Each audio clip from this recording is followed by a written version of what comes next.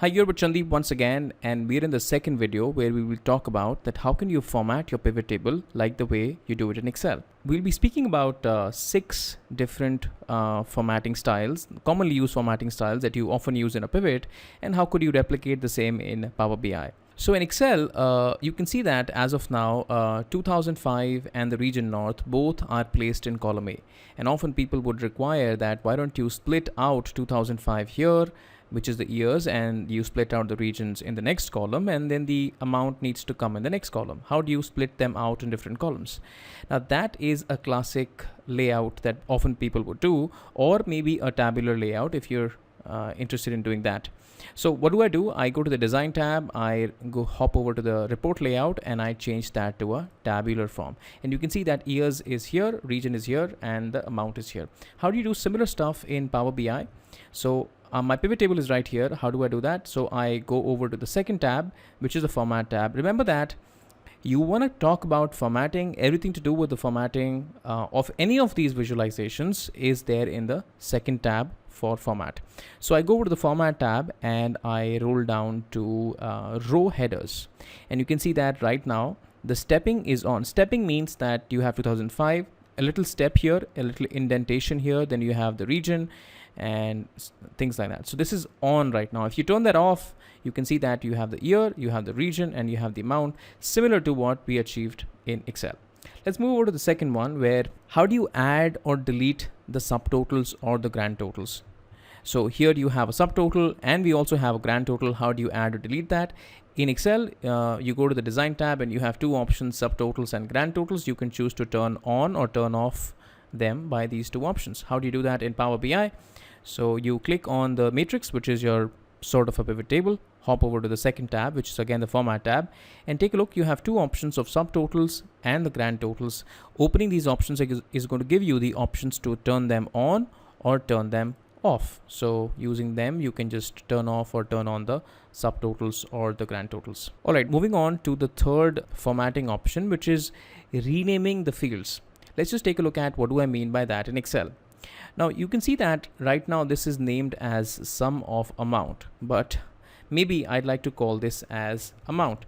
Now Excel doesn't allow you to add amount once again because amount is already your field. So maybe you'll say total amount, or you'll say something else, or maybe you'll say amount space and then you'll press enter. So this is not the same as this. In Power BI, how can you change that? So take a look, we have amount here. This does not give you sum of amount, it just gives you amount. But still, if you would like to not call it amount and call it sales, how can you do that? So click on the visual and then just double click on the amount, and you have the option to rename that as maybe sales. Press enter, and this is now called as sales. Simple. The next is how do you sort the data in any particular order in a pivot table in Power BI. In Excel, it's pretty simple. So you right click and you click on sort, or you right click or you sort here, or you sort here. But in Power BI, it's even more intuitive than that. So what you can do is you can click on the header. Clicking on the first time will sort descending. You can see the largest sales first and the smallest sales in the end. Clicking once again is going to sort it in the ascending order, the smallest first and the largest in the end. And you can sort it by the region, similar stuff. Since region is a text, it's just going to sort by A to Z or Z to A.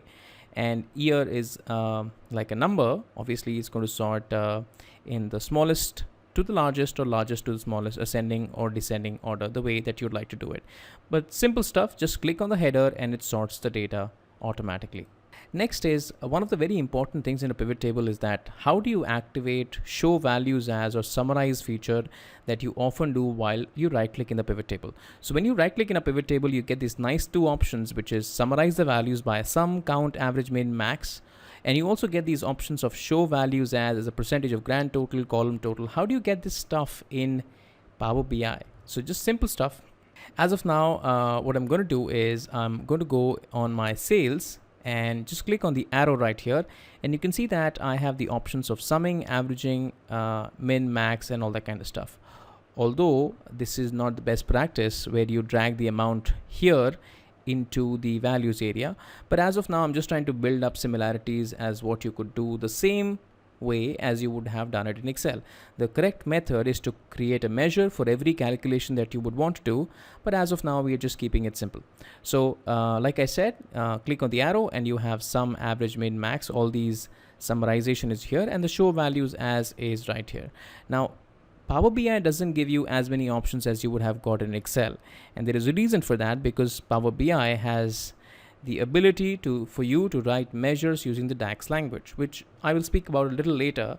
But then using the DAX language and using the measures, you can create far more sophisticated show values as options as you would have done it by the selections here. Last formatting feature is conditional formatting. How can you do that in Power BI? Really simple. So all that you do is, as of now I have sales, I click on this little arrow right here and I have the option of conditional formatting. I can conditionally format the background color, the font color, or maybe add the data bars. Pick up any one of them. They're really simple. It's pretty straightforward.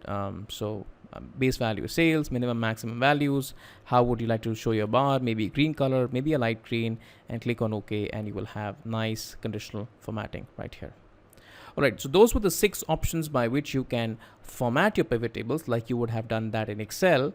Now in the next video, I'm going to show you that how can you slice and dice the data like you do it in Excel, but in Power BI. Stay tuned to this, and I'll see you in the next one. Thanks. Bye.